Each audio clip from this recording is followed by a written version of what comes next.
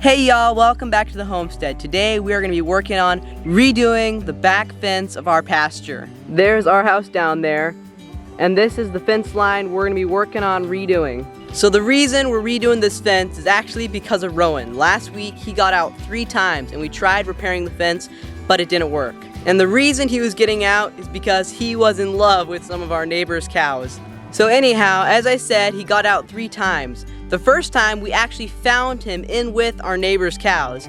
The second time we found him on the road trying to get in with them.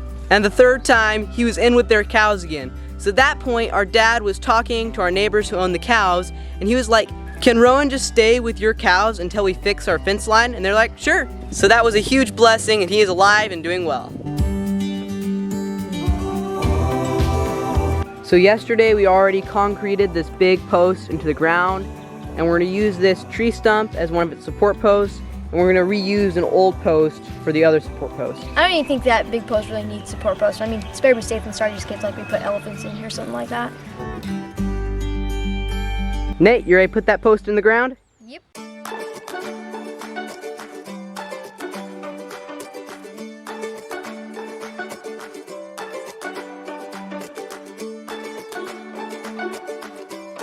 Alright, so Caleb and Nathan are digging the post hole right now, but along this old fence line there's some cedar tree stumps, and we want to connect the fence to those.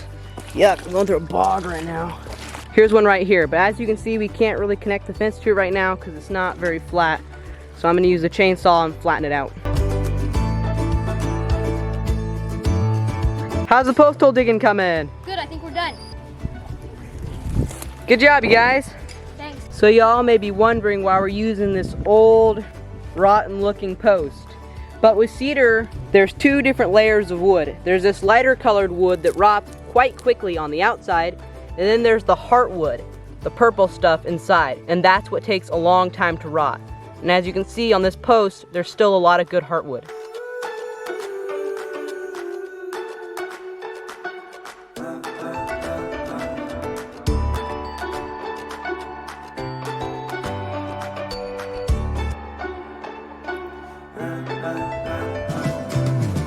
Alright, so we got the support post in the ground, and now we're going to get a cedar log and screw one end on right here and screw the other end on the side over here.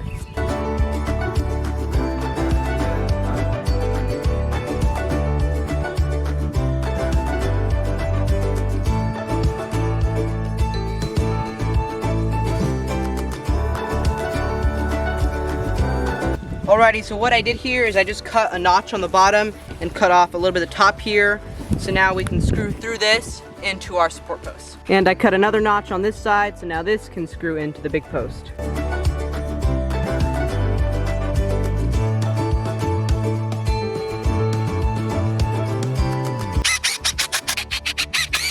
There's one support done.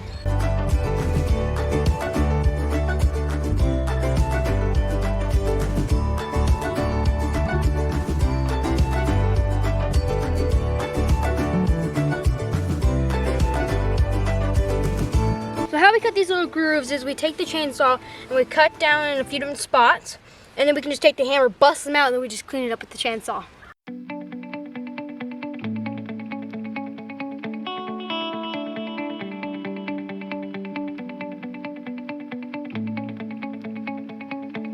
Alrighty, this giant corner post is done. Now it's time to head inside for a lunch break. Are you liking the smoothie, Josh? I like it a lot. Cool. It's nice to have something cold when you've been out working in the sun, huh?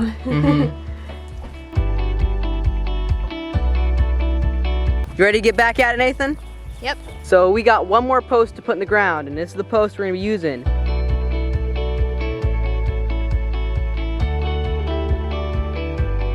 And why did we cut those notches in the post, Caleb? So, as Joshua told you earlier, there's heartwood and there's like kind of the outer wood. The outer wood rots. So we cut these notches in here so that when we put some cement in the hole, it's able to get to the heartwood. That way the post won't be able to fully rot away from the cement.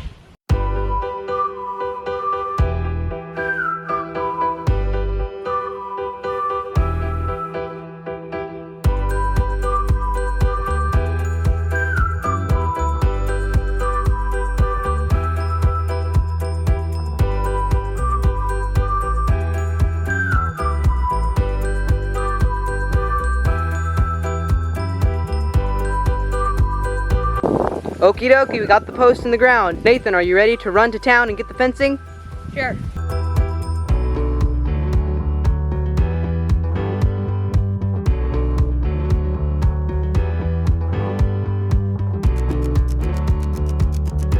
Here's Daddy with all the fencing. Wait a second.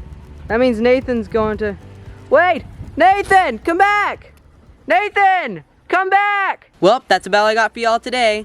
Thanks for watching. We pray blessings over you and yours. And whatever you do, do it with your whole heart. Things are telling me to hurry up. I better run fast.